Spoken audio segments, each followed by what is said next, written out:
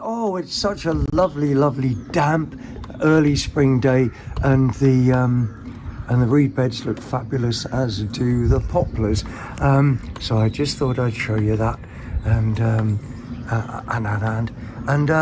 right then, it's welcome to Spotty Cat. And our bric-a-brac, etc., and all the things that we bought. And it's hello from me, and it's hello from me. That's Sue, and it's hello from Spotty Cat by proxy. I wonder where we'll start. Why don't we start with? I tell you what we'll do. We'll start with this, which is a really battered and cracked bowl, etc. But this is hand painted. It's also probably either late 1700s or early 1800s. I cannot remember the sort of firm I think it would be. I don't think it's Swansea. And it's absolutely delightful on the back. But the reason why I bought it is because it has rivet repairs. And I remember my grandmother having china on the sideboard with rivet repairs. It also implies that someone thought that this was worth repairing. And there also is a little sort of cult of collecting china that's been repaired with rivets. And the craziest thing about this, disregardless of the state of it, is that it was £2 from Newcastle Antique Centre. And as I say, that is going to be,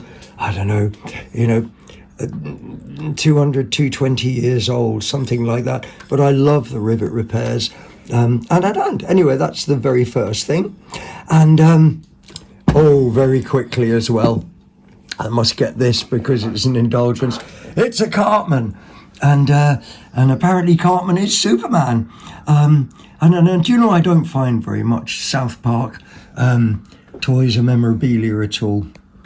And there's one of my family members who's mad for collecting bits of Cartman, so that's where that's going to go.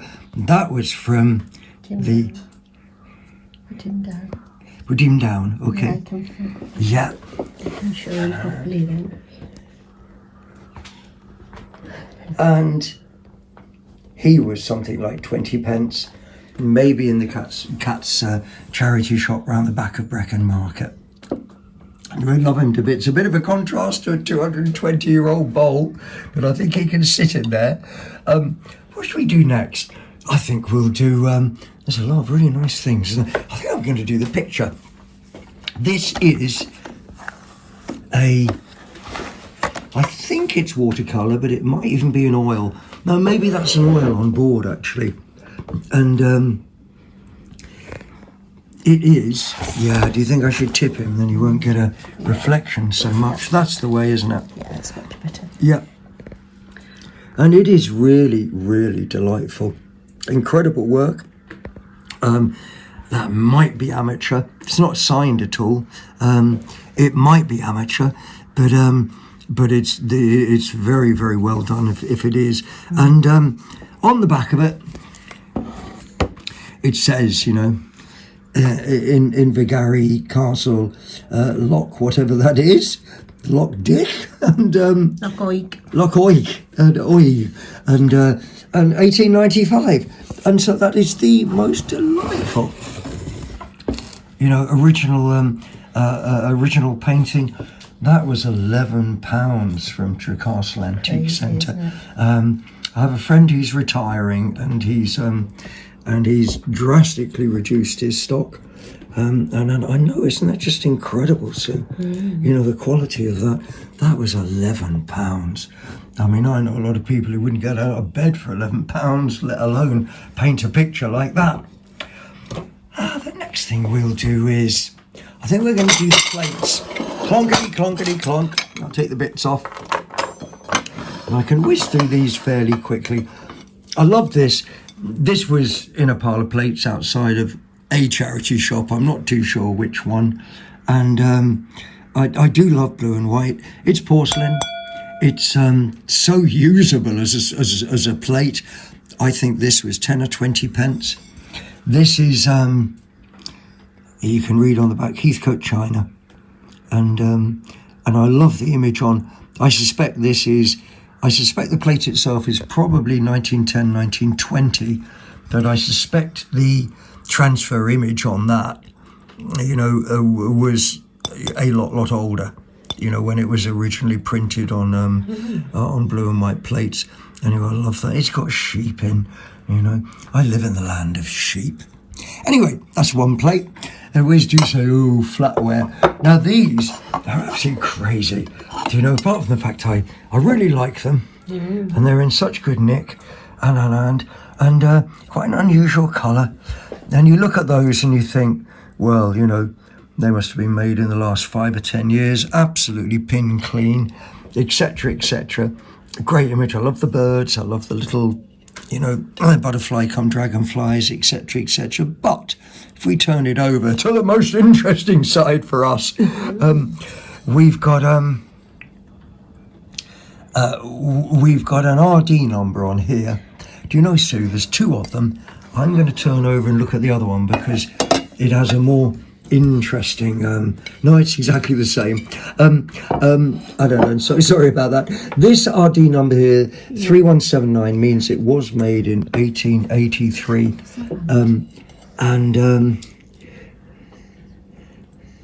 and I've forgotten. I did look up the PB and Son in my magic pottery marks book, but these again were 30 pence. I mean, they're usable.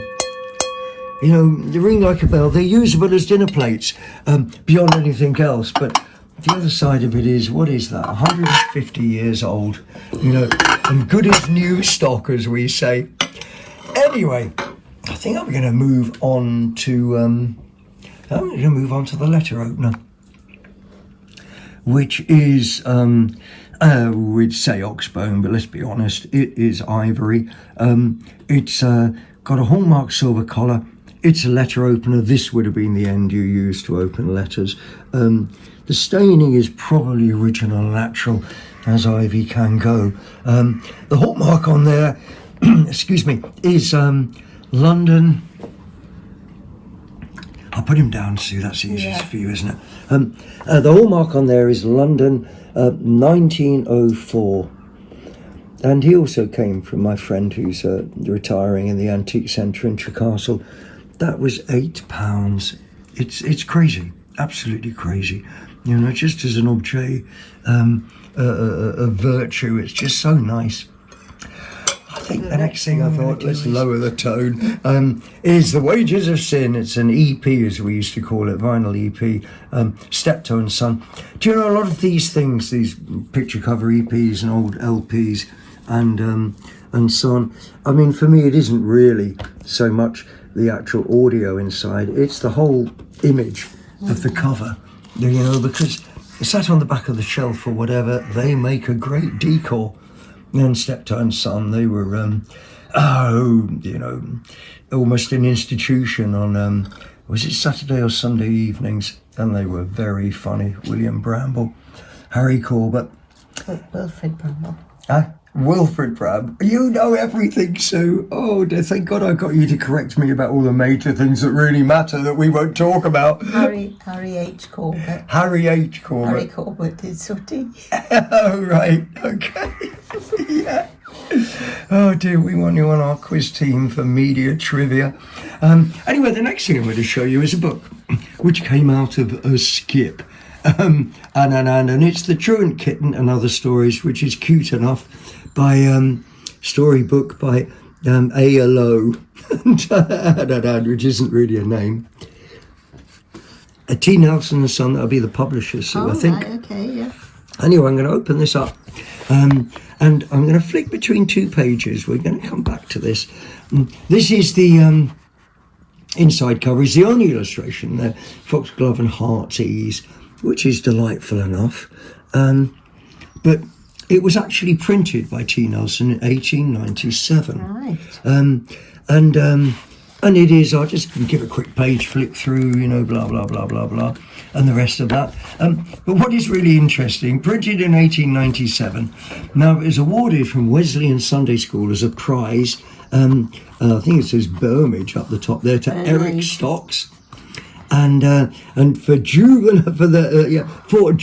foreign missionaries, March the 8th, 1914, by the secretary. But the interesting thing is that is 17 years after it was actually published, so they sure did have to root around for a prize then. But the whole thing about the book is just delightful, absolutely delightful. I don't think it's got anything in the end game. It's got a bit of a, it's got a sort of, really interesting list of all the sort of books you can get. That's a bit about a yellow. Huh? All right, yeah. And Marsha Tucker. Anyway, that is... that's who the author is. Huh? Charlotte Maria Tucker, ALOE. Yeah, so that's written by the same guy who wrote this. No, that's her. Oh, right. Okay. All right, Sue. Hey, well done. That's interesting, isn't it? Yeah. Anyway, that is a found book from the Skips.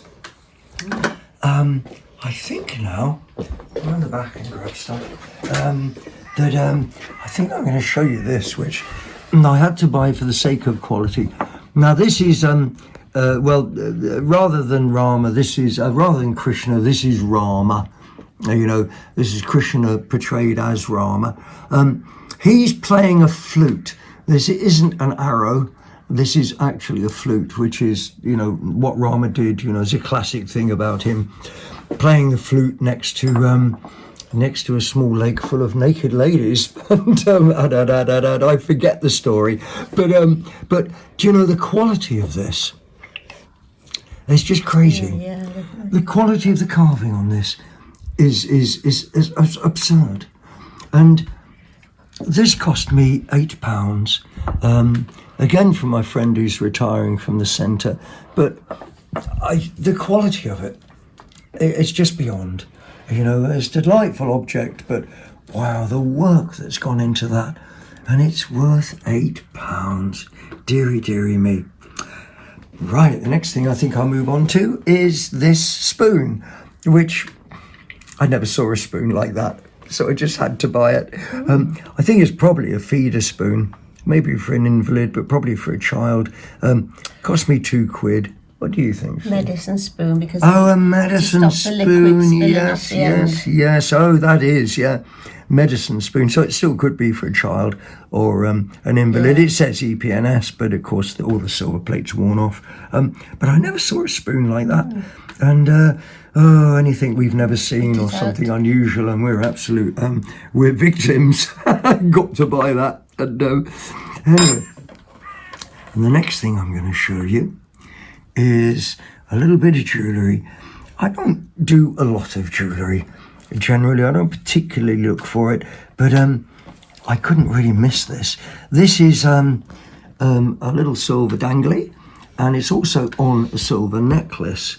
And it cost me, from the Red Cross, it cost me either £2 or £2.50. I don't think, though it's purporting to be, I doubt very much if the stone is an alexandrite. It's probably just, purple cut glass, but it could be an alexandrite as well. And again, isn't that fabulous? Silver chain and a silver pendant, £2.50.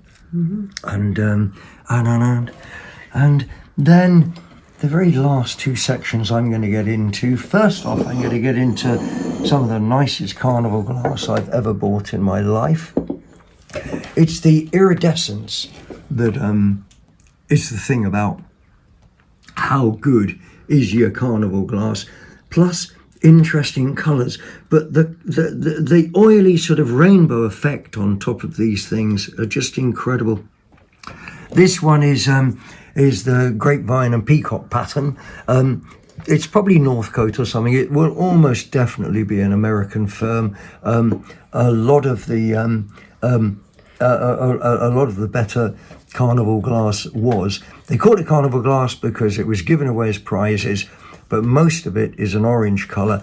But to tell the true colour of carnival glass, you actually have to turn it over and look through to the base colour. And so this is green carnival glass. And I love it to bits. It's so nice. And Anyway, so that's one bit. And then there is this, which I just find to be delightful. I don't know what the pattern is at all. It's some leaves with some berries in. It doesn't look like ivy, but it's such a delightful thing. And again, the iridescence on this is just beyond.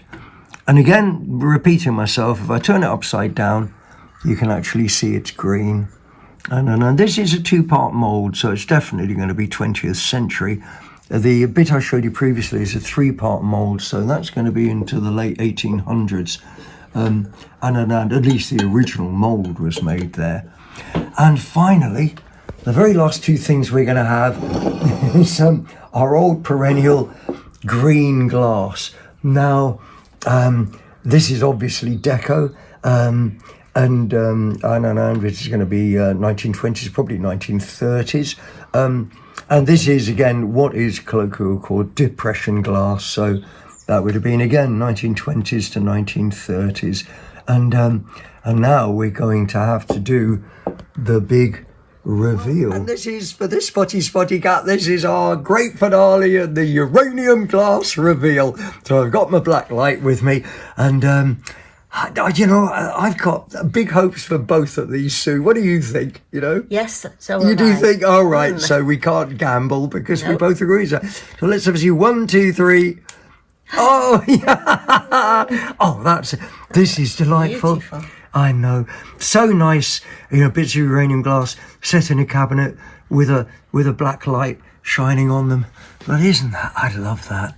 That's stunningly beautiful. Anyway, you can bask in our glow. This is Spotty Cat signing off, and it's goodbye from me, and it's goodbye from Me? Sue, the one that does all the real work. I just show off. Anyway, hope you've enjoyed that. Hope you join us for the next one, and love to all of you. Ta-ra, folks.